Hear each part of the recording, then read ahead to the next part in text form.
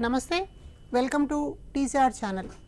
ఉపాధ్యాయ అర్హత పరీక్షకు సంబంధించి చైల్డ్ డెవలప్మెంట్ అండ్ పెడగాగి విభాగంలో మనం లెర్నింగ్ అన్న అంశం గురించి పరిశీలిస్తున్నాం. ఇందులో ఈ సెషన్లో స్మృతి, విస్మృతి, మెమరీ అండ్ ఫర్గెట్ అన్న విషయాలను గురించి తెలుసుకుందాం.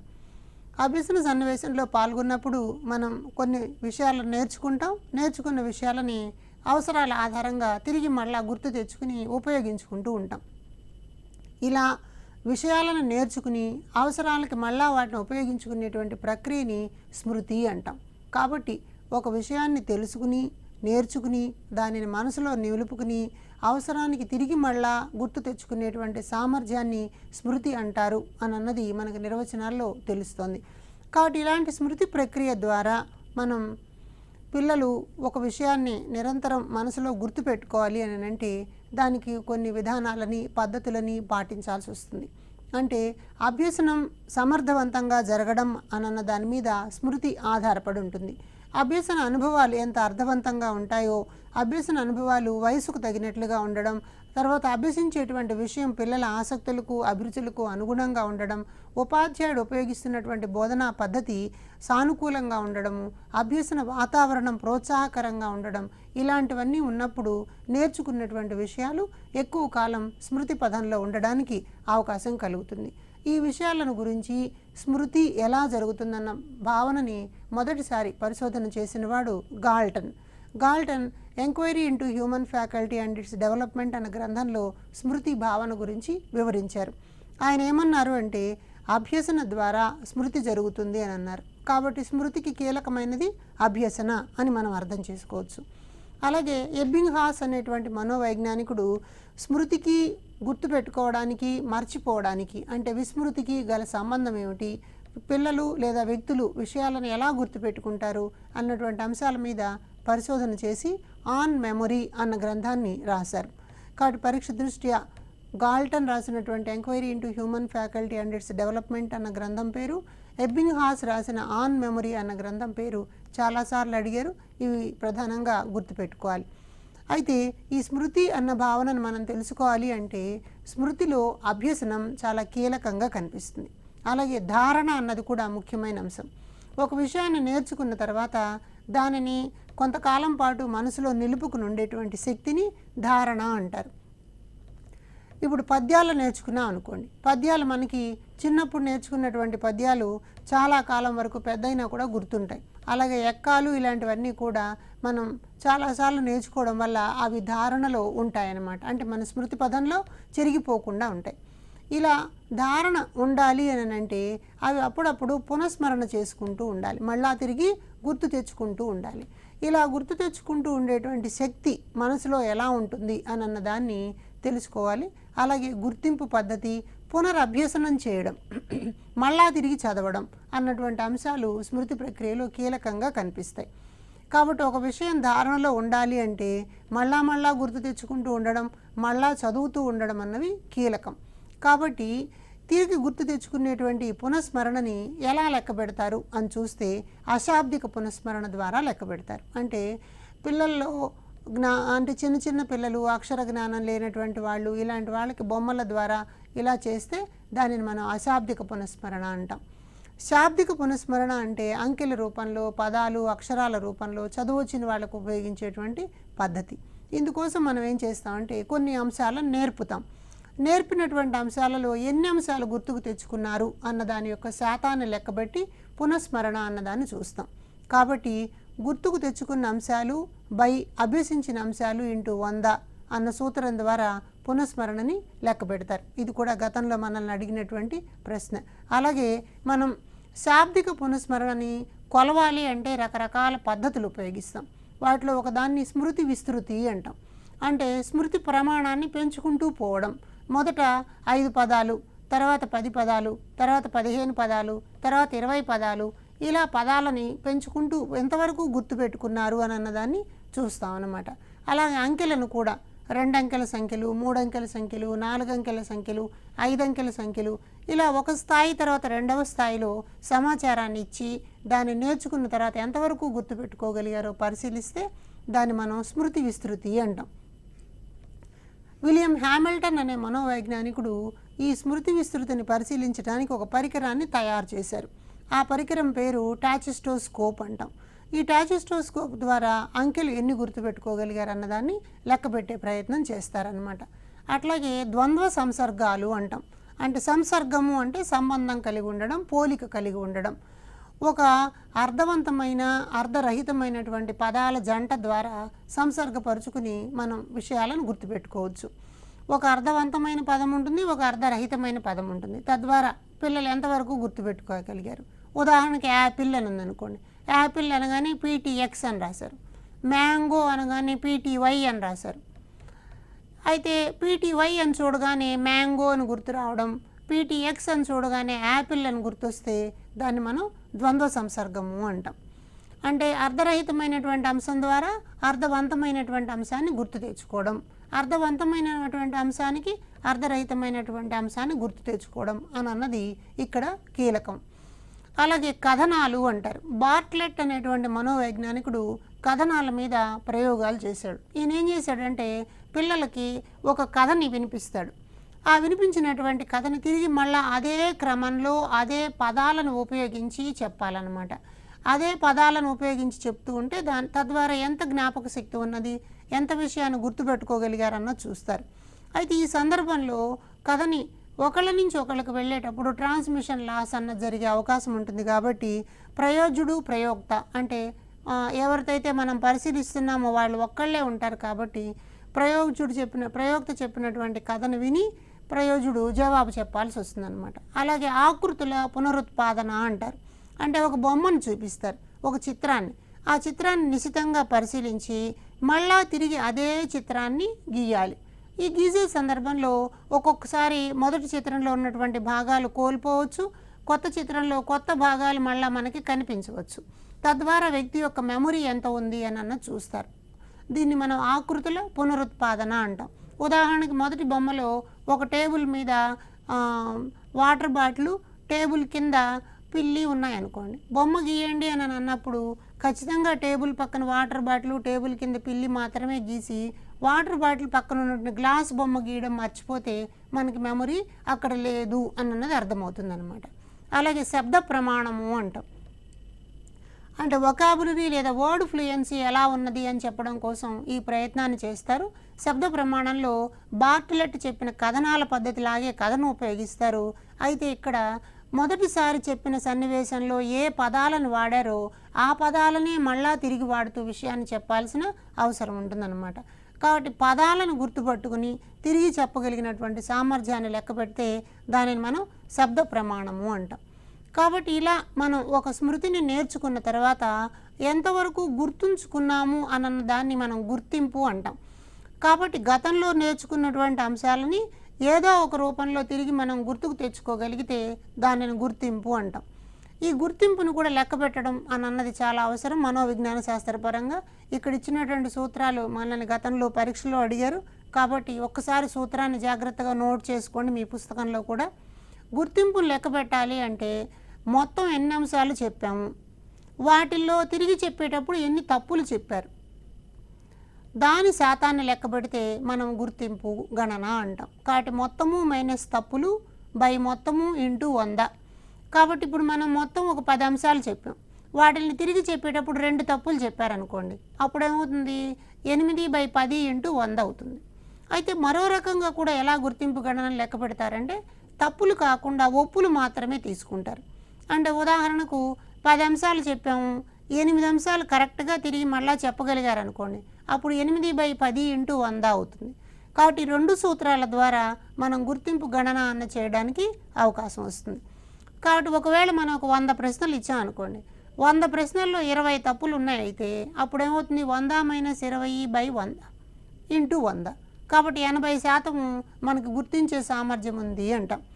ఈ గుర్తించే దాంట్లో రకరకాలైనటువంటి పద్ధతులు ఉంటాయి. వాటిలో ఒకానొక పద్ధతిని డెజావు అంటాం. డెజావు అనే పదం ఒక ఫ్రెంచ్ భాషలోంచి తీసుకున్న పదం. దీనిని ఏమంటామంటే మిథ్యా పరిచయ భావన అని చెప్తారు.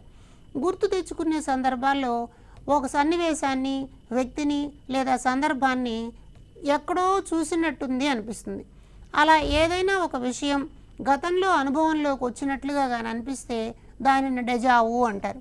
ఈ పాయింట్ కూడా మనకి గతంలో వచ్చింది. కాబట్టి ఎక్కడో చూసినట్లుగా అనిపించేటువంటి భ్రమ అన్నమాట ఇది. అలాగే పునరభ్యసనము, ఇందాక మనం పునశ్చరణ గురించి నేర్చుకునేటువంటి సందర్భంలో ఒక విషయాన్ని మళ్ళా నేర్చుకోవడం అన్నాం. ఇక్కడ పునరభ్యసనము అంటే ఏంటంటే ఒకసారి ఒక అంశాన్ని నేర్చుకున్న తర్వాత అదే అంశాన్ని మళ్ళా నేర్చుకోవాల్సినటువంటి పరిస్థితి వచ్చినప్పుడు ఎంత సమయం పట్టింది అన్న దాని దృష్ట్యా పునరభ్యసనాన్ని లెక్క పెడతారు.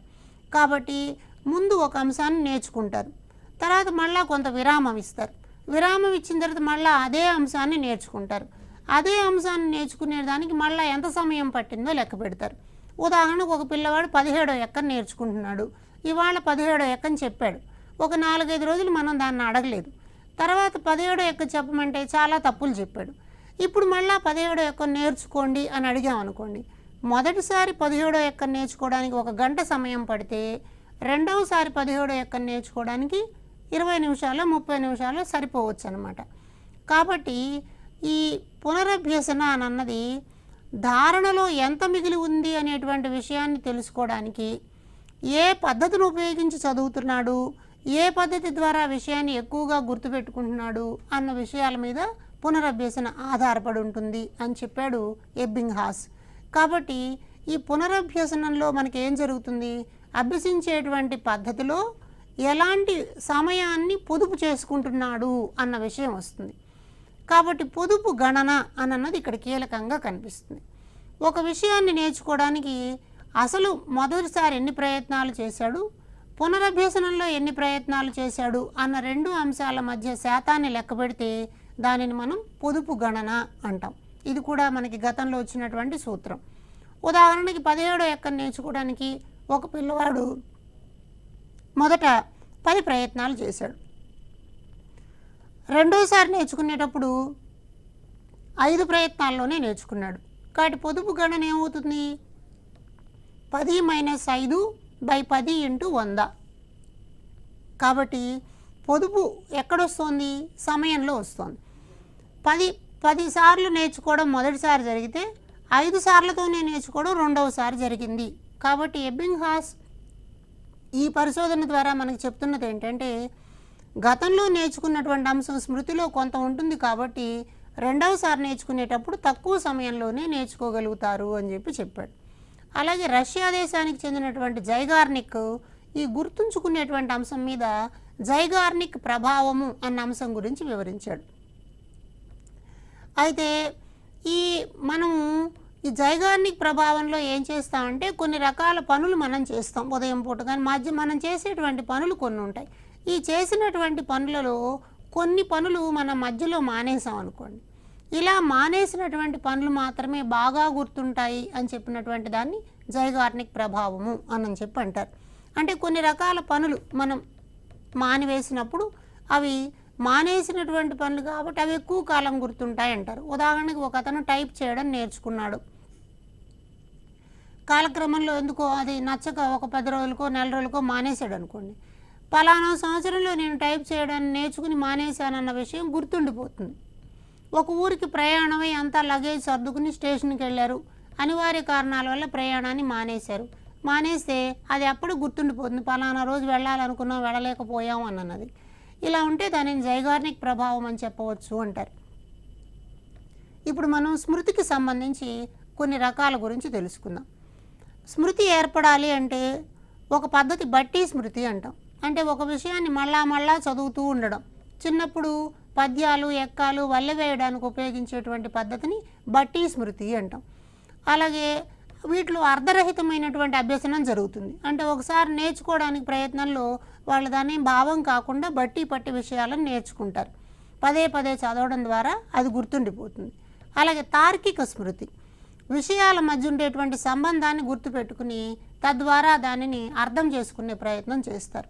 గణిత శాస్త్ర సూత్రాలు నియమాలు, సైన్స్లో ఉండేటువంటి సూత్రాలు నియమాలు, సాంఘిక శాస్త్రంలో ఉండేటువంటి భావనలు, తెలుగులో ఉన్న వ్యాకరణ అంశాలు, ఇలాంటి వాటి మధ్య ఉండేటువంటి సంబంధాన్ని గుర్తుపెట్టుకుని తద్వారా స్మృతిని పెంచుకుంటారు. అయితే ఒక్కొక్కసారి మనకు ఈ స్మృతి చాలా స్వల్పకాలికంగా ఉంటుంది. అంటే కేవలం తాత్కాలిక అవసరాల కోసం ఆ స్మృతి ఉంటుంది. ఫర్ ఎగ్జాంపుల్ రైల్లో ప్రయాణం చేస్తున్నాం, మన బర్త్ నెంబర్ గుర్తుపెట్టుకోవడం. బర్త్ నెంబరు ఒక సందర్భంలో గుర్తుంటుంది, ఆ ప్రయాణం అయిపోయాక దాన్ని మర్చిపోతాం. ఇలాంటి దాన్ని స్వల్పకాలిక స్మృతి అంటాం. ఇంకొకటి దీర్ఘకాలిక స్మృతి లేదా శాశ్వత స్మృతి, చాలా లైఫ్ టైం గుర్తుండేటువంటి ప్రయత్నం. ఉదాహరణకి మన పుట్టినరోజు అన్నాం అనుకోండి, అది ఎల్లకాలం గుర్తుంటుంది. భారతదేశానికి స్వాతంత్రం ఎప్పుడు వచ్చింది, ఎప్పటికీ గుర్తుండేటువంటి అంశం. ఇలాంటి వాటిని మనము శాశ్వత స్మృతి అంటాం. అలాగే ఉపాఖ్యాన స్మృతి అని ఒకటి మనకు కనిపిస్తుంది. ఇది ఒక వ్యక్తి లేదా సన్నివేశానికి సంబంధించినటువంటి ముఖ్య సంఘటనల్ని గుర్తుపెట్టుకోవడం. ముఖ్య సంఘటనల్ని ఒక వరుస క్రమంలో గుర్తుపెట్టుకుంటే దానిని ఉపాఖ్యాన స్మృతి అంటాం. ఉదాహరణకి భారతదేశ స్వాతంత్ర సంగ్రామం, 1857 తిరుగుబాటు, సహాయ నిరాకరణోద్యమం, క్విట్ ఇండియా ఉద్యమం, భారత స్వాతంత్రం, ఇలా ఒక వరుస క్రమాన్ని కానీ గుర్తుపెట్టుకుంటే ముఖ్య సంఘటనలు గుర్తుపెట్టుకోవడం అంటాం అన్నమాట. అలాగే కొన్ని అర్ధ సంబంధ స్మృతి అంటాం. అంటే సాధారణమైనటువంటి అంశాలన్నీ మనకు గుర్తుంటాయి. అంటే ఫర్ ఎగ్జాంపుల్ నెలల్లో మొదటి నెల ఏంటి అంటే జనవరి అని టక్కుమని చెప్పేస్తాం. ఇవి మనకి రెగ్యులర్గా ఉండేటువంటి అంశాలు కాబట్టి గుర్తుపెట్టుకోవడం తేలికగా కనిపిస్తుంది. అలాగే విధాన స్మృతి అంటాం. తరచూ చేసేటువంటి పనులను గుర్తుపెట్టుకోవడం. కొంతమంది రోజు ఒక రకమైనటువంటి క్రమబద్ధమైన జీవితాన్ని చేస్తూ ఉంటారు కాబట్టి ఆ విధానంలో వెళ్తూ ఉన్నప్పుడు ఉండేటువంటి అంశాలు ఇవి మనకు అన్ఎక్స్పెక్టెడ్గా ఎప్పుడు గుర్తుండిపోతూ ఉంటాయి. ఫర్ ఎగ్జాంపుల్ ఒక వ్యక్తి రోజు ఆఫీస్కి వెళ్ళేటప్పుడు వాకిట్లో ఉండే ఒక మొక్కకి నీళ్లు పోసి వెళ్తాడు అని అనుకున్నాం అనుకోండి, అతను రోజు ఆ పనిని చేస్తాడు. అలాగే మార్నింగ్ వాక్కు వెళ్ళే వాళ్ళు ఒక కర్ర తీసుకుని నడుస్తున్నాడు అనుకోండి, కర్ర లేకపోతే అతను మార్నింగ్ వాక్లో ఖచ్చితంగా గుర్తు తెచ్చుకుని మళ్ళా వచ్చి కర్ర పట్టుకెళ్తాడనమాట.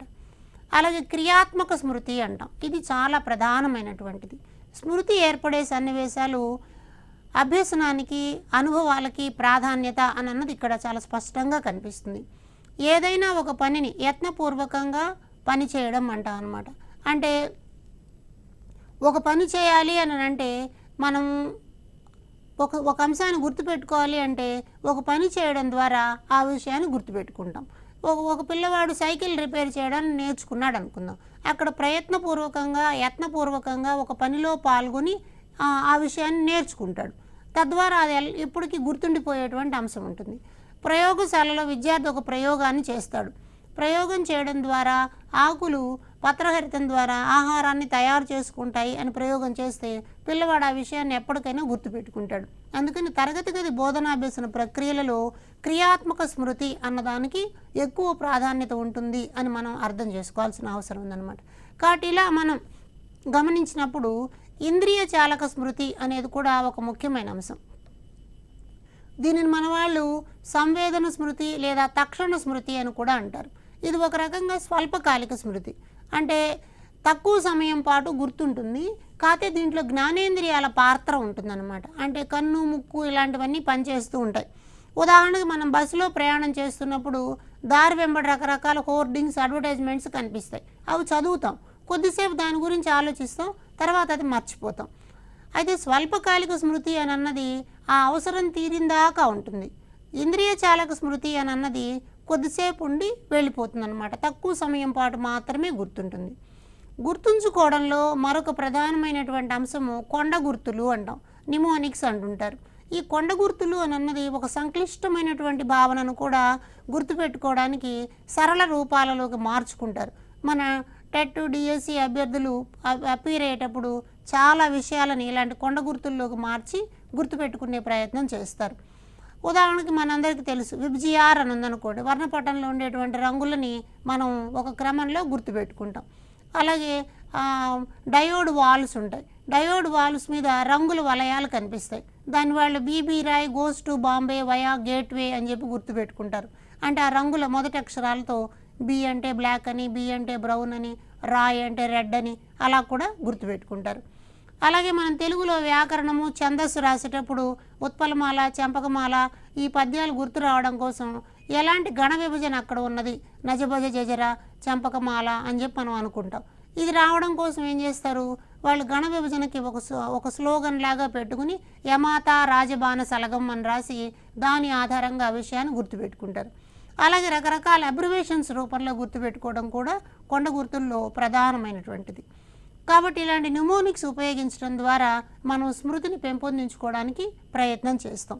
ఇక్కడ చర్చించినటువంటి ఈ అంశాలన్నీ కూడా స్మృతిలో ఉన్నటువంటి రకరకాల అంశాలు బట్టి స్మృతి, తార్కిక స్మృతి, స్వల్పకాలిక, దీర్ఘకాలిక, ఉపాఖ్యాన, అర్ధ సంబంధ, విధాన స్మృతి, క్రియాత్మక స్మృతి, ఇంద్రియ చాలక స్మృతి, కొండ గుర్తులు, ఇవన్నీ కూడా పరీక్ష దృష్ట్యా చాలా ప్రధానమైనవి.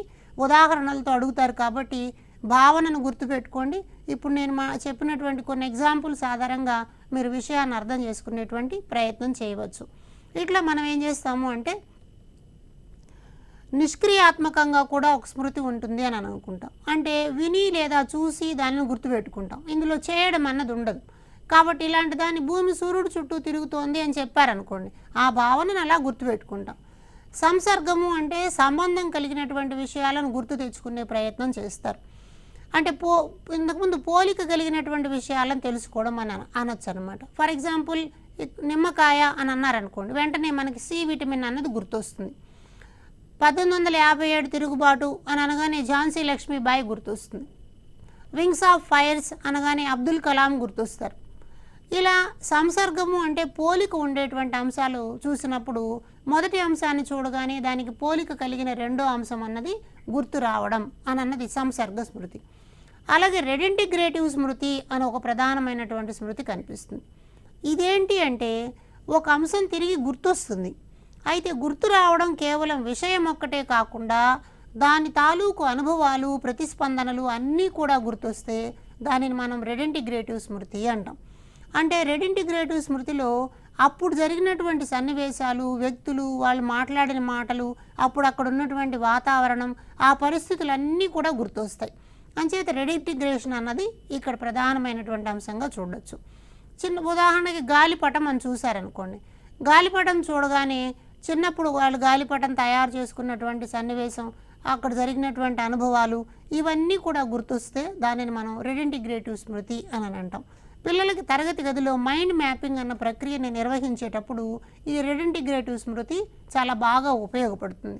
ఉదాహరణకి ఉపాధ్యాయుడు ఉష్ణోగ్రత అన్న పాఠం చెప్తున్నాడు అనుకోండి, వేడి అన్న భావన గురించి పిల్లలు మీకు తెలిసిన అంశాలు చెప్పండి అన్నప్పుడు పిల్లలు వేడికి సంబంధించి కాఫీ తాగేటప్పుడు వేడిగా ఉందని, లేకపోతే వాళ్ళ ఇంట్లో వేడికి సంబంధించినటువంటి అనుభవాలు ఇవన్నీ చెప్తారు. కాబట్టి మైండ్ మ్యాప్ నిర్వహించే కార్యక్రమంలో రెడింటిగ్రేటివ్ స్మృతి బాగా ఉపయోగపడుతుంది అన్నమాట. ఇలా మనం స్మృతికి సంబంధించి విభిన్న అంశాలని కొలవడం అన్నటువంటి దాన్ని ఎన్ని రకాలుగా ఉంటాయి, పొదుపు గణన ఎలా జరుగుతుంది, గుర్తింపు అనేది ఎలా జరుగుతుంది, ఇవన్నిటిని కూడా మనకి పరీక్ష దృష్టిలో ముఖ్యం. కాబట్టి ఒకసారి ఆ సూత్రాలన్నింటినీ మననం చేసుకోవాల్సిన అవసరం ఉంది. అదేవిధంగా మరొక ముఖ్యమైనటువంటి అంశం ఏంటంటే విస్మృతి అంటాం. విస్మృతి అంటే మరచిపోవడం. ఈ మరచిపోవడంలో మనకి ప్రధానంగా ప్రవర్తనావాద సిద్ధాంతాల్లో మనోవైజ్ఞానిక సిద్ధాంతం ఒకటి కనిపిస్తుంది, మనోవిశ్లేషణ సిద్ధాంతము అంటాం. ఫ్రాయిడ్ అన్న మనోవైజ్ఞానికుడు మనోవిశ్లేషణ సిద్ధాంతం మీద విస్తృతమైన పరిశోధనలు చేశాడు. మానసిక చికిత్సా విధానంలో అదొక ముఖ్యమైన పద్ధతిగా చెప్పాడు. ఈయన ఏమంటాడంటే కొన్ని మానసిక చికిత్సా పద్ధతులలో వాళ్ళ యొక్క మానసిక రోగాన్ని నయం చేయడానికి మరచిపోవడం అన్నటువంటి ఒక విధానాన్ని పాటిస్తాడు. ఈ మరచిపోవడం అన్నది సొంతంగా కావాలని మరచిపోయేటువంటి ప్రయత్నం. ఇలా సొంతంగా కావాలని మరచిపోయేటువంటి ప్రయత్నాన్ని ఫ్రాయిడ్ దమనము అని అన్నాడు. ఈ దమనము అని అన్నది బాధాకర అనుభవాలని మర్చిపోతారని అన్నారు. అలాగే మనం స్మృతిలో లాగా విస్మృతిలో కూడా ఏమేమి అంశాలు ఉన్నాయన్న దాన్ని ఒకసారి పరిశీలిద్దాం.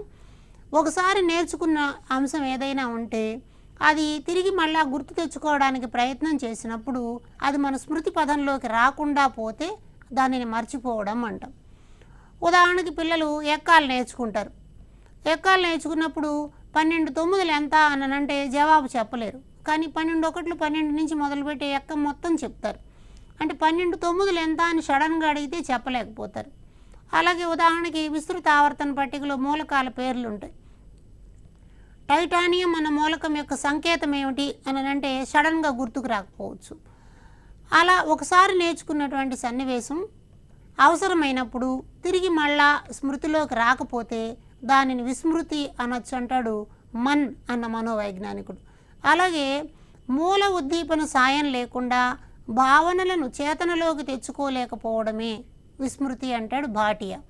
అంటే మనం ఒక విషయాన్ని నేర్చుకున్న తర్వాత దానిని స్మృతిలోకి తెచ్చుకోవాలి అంటే కొంచెం ఆధారాన్ని కల్పించాలి. ఈ ఆధారం కల్పించినప్పుడు గుర్తొస్తుంది.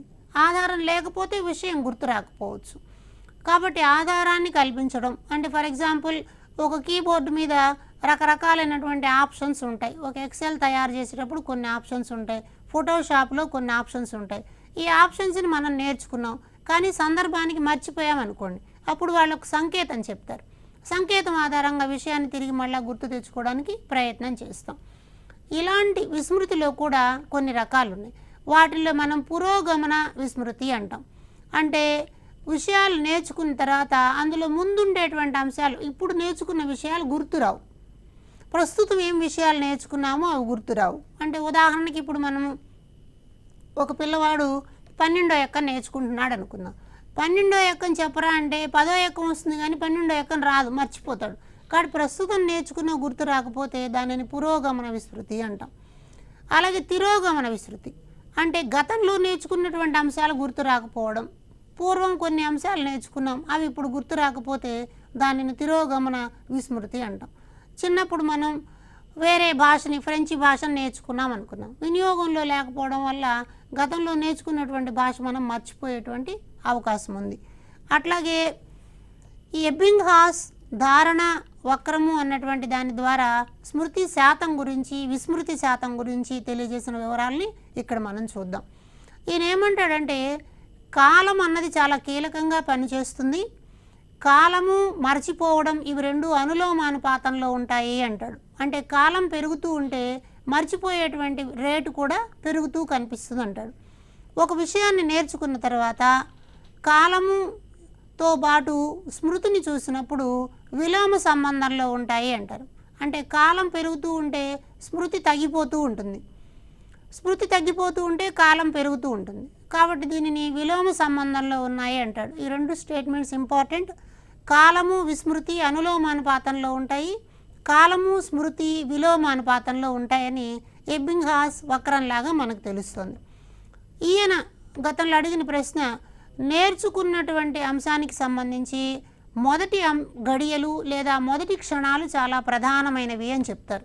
ఎందుకంటే ఒక విషయాన్ని నేర్చుకున్న తర్వాత మొదటి 20 నిమిషాలలోనే దాదాపు 47% మర్చిపోవడానికి అవకాశం ఉంది. కాబట్టి మొదటి 20 నిమిషాలు చాలా కీలకం, గోల్డెన్ అవర్ అంటారు కదా, అలాగే ఈ 20 నిమిషాలు కూడా చాలా కీలకం. కాబట్టి మనం ఏం చేయాలి, ఒక విషయాన్ని నేర్చుకున్న వెంటనే 20 నిమిషాల పాటు నిశ్శబ్దంగా పుస్తకాలు అవతల పడేసి కూర్చోవడం కాకుండా ఒక విషయాన్ని నేర్చుకున్న తర్వాత ప్రశాంతంగా కూర్చుని దానిని మననం చేసుకోవడం అన్నది అవసరం. అలా మననం చేసుకోవడం వల్ల విస్మృతి శాతాన్ని తగ్గించడానికి అవకాశం వస్తుంది. ఒక విషయాన్ని నేర్చుకుని 2 రోజుల పాటు పట్టించుకోలేదు అనుకోండి, దాదాపు 69% అంశాన్ని మర్చిపోతాం. 15 రోజుల పాటు పట్టించుకోకుండా ఉంటే 75% అంశాన్ని మర్చిపోతాం. ఒక నెల పాటు పట్టించుకోకుండా ఉంటే 78% అంశాన్ని మర్చిపోతాం. కాబట్టి ఎప్పటికీ మనకి ఒక విషయం తాలూకు 22% విశేషాలు గుర్తుంటాయి అంటాడు ఎబ్బింగ్హాస్. కాబట్టి ఒక బైక్ నడపడం నేర్చుకున్నాం అనుకుందాం.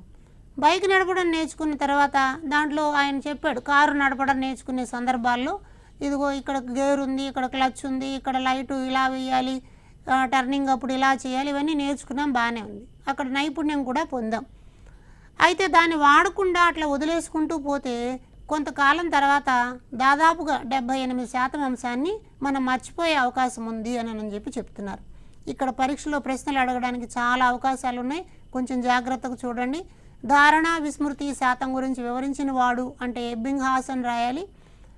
నేర్చుకున్న అంశాలలో మొదటి 20 నిమిషాలు చాలా కీలకము అని చెప్పినటువంటి వాడు కూడా ఎబ్బింగ్హాస్. మొదటి దశల్లో విస్మృతి శాతం ఎక్కువగా ఉంటుంది అని అన్నది కూడా ముఖ్యమైన పదం. అలాగే కాలము విస్మృతి అనులోమానుపాతంలో ఉంటాయి, కాలము స్మృతి విలోమ సంబంధం కలిగి ఉంటాయన్న విషయాలు ఇక్కడ మనకు చాలా కీలకం. అలాంటి విస్మృతిని మనం చూసినప్పుడు ఎందుకు జరుగుతుంది అని చూస్తే అనుపయోగం వలన, అంటే దాన్ని మనం వాడుకోకుండా ఉంటే, ఉపయోగించుకోకుండా ఉంటే మర్చిపోతాం. అది నైపుణ్యమైనా సరే మర్చిపోవడానికి అవకాశం ఉంది. అట్లాగే జోక్యం, ఇతర అంశాలు జోక్యం చేసుకుంటాయి, దాన్ని మనం పురోగమన అవరోధము లేదా తిరోగమన అవరోధం అని కూడా అంటాం. మొదట నేర్చుకున్నటువంటి విషయానికి కొత్త విషయం నేర్చుకునేటప్పుడు ఆటంకం కలుగుతుంది. ఉదాహరణకి మనం హిందుస్థానీ సంగీతం నేర్చుకున్నాం అనుకోండి, ఇప్పుడు కర్ణాటక సంగీతం నేర్చుకోవాలి అంటే అందులో ఉన్న గమకాలు ఇందులో అడ్డంగానే వచ్చినాయంటే దాన్ని పురోగమన అవరోధం అంటాం. ఎప్పుడో హిందుస్థానీ సంగీతం నేర్చుకున్నాం, ఇప్పుడు కర్ణాటక సంగీతం నేర్చుకుంటూ ఉన్నాం. హిందుస్థానీ సంగీతంలో ఉన్న అంశాలను గుర్తు తెచ్చుకోలేకపోతే దానిని మనం తిరోగమన అవరోధము అంటాం. గతంలో నేర్చుకున్న అంశాలని గుర్తు తెచ్చుకోలేకపోవడం అని. అట్లాగే దమనం, ఇందాక మనం చెప్పుకున్నాం, బాధాకర అంశాలను ఉద్దేశంగా మర్చిపోతే దానిని దమనము అంటాం. చెడు సంఘటనలు మనకుంటాయి, వాటిని మర్చిపోదాం. అట్లాగే అపసామాన్య విస్మృతి, మెదడుకు గాయాలైనప్పుడు లేకపోతే మానసిక రోగాలు వచ్చినప్పుడు జరిగేటువంటి విస్మృతిని అపసామాన్య విస్మృతి అంటాం. మెదడుకి పెద్ద దెబ్బ తగిలితే మర్చిపోవడం అన్నది జరుగుతుంది. ఒక్కొక్కసారి మానసిక రోగాలు వచ్చినప్పుడు ఒక విషయాన్ని పూర్తిగా మర్చిపోతారు, అంటే తన పేరుతో సహా మర్చిపోతారు. ఇలా జరిగితే దాన్ని అమ్నీషియా అంటాం అన్నమాట. కొన్నిసార్లు ఏమవుతుందంటే మానసిక వ్యవస్థల్లో రోగాలు వచ్చినప్పుడు మానసిక ఆఘాతాలు అంటాం. అంటే ఏదైనా మనసుకి చాలా పెద్ద దెబ్బ తగిలినప్పుడు అంతా మర్చిపోతారు. అయితే వేరే ప్రదేశానికి వేరే చోటుకి వెళ్ళి తన పేరు అన్నిటినీ వేరుగా పెట్టుకుని కొత్త జీవితాన్ని ప్రారంభిస్తారు. సినిమాలలో చాలా కథలు మనం ఇలాంటివి చూస్తూ ఉంటాం. తలకు ఒక పెద్ద దెబ్బ తగిలినప్పుడు అతను గతాన్నంతా మర్చిపోతూ ఉంటాడు, తర్వాత ఎక్కడో ఇంకొక రకంగా బతుకుతాడు, మళ్ళా తిరిగి తలకి ఇంకోసారి దెబ్బ తగిలినప్పుడు గతం గుర్తొస్తూ ఉంటుందన్నమాట. ఇలాంటి దాన్ని మనం ఫ్యూగ్ అని చెప్పి చెప్తాం. ఇలా మనం దమనము అని అన్నది మర్చిపోవడం అన్నటువంటి వాటిలో కన్సాలిడేషన్ భావన గురించి డంకన్ చెప్పిన దాన్ని గుర్తుపెట్టుకోవాలి. డంకన్ ఏమంటాడంటే నేర్చుకునేటువంటి సన్నివేశాల్లో వెంటనే ఉండేటువంటి కాల ప్రమాణంలో స్మృతి బాగుంటుంది అంటాడు. అంటే నేర్చుకున్న తర్వాత ఆ 20 నిమిషాల సమయము అని అన్నది చాలా విశేషం, ఇవి మనకి గుర్తుంటాయి. కాబట్టి ఇక్కడ కన్సాలిడేషన్ భావన అన్నది చాలా ఇంపార్టెంట్ అన్నమాట.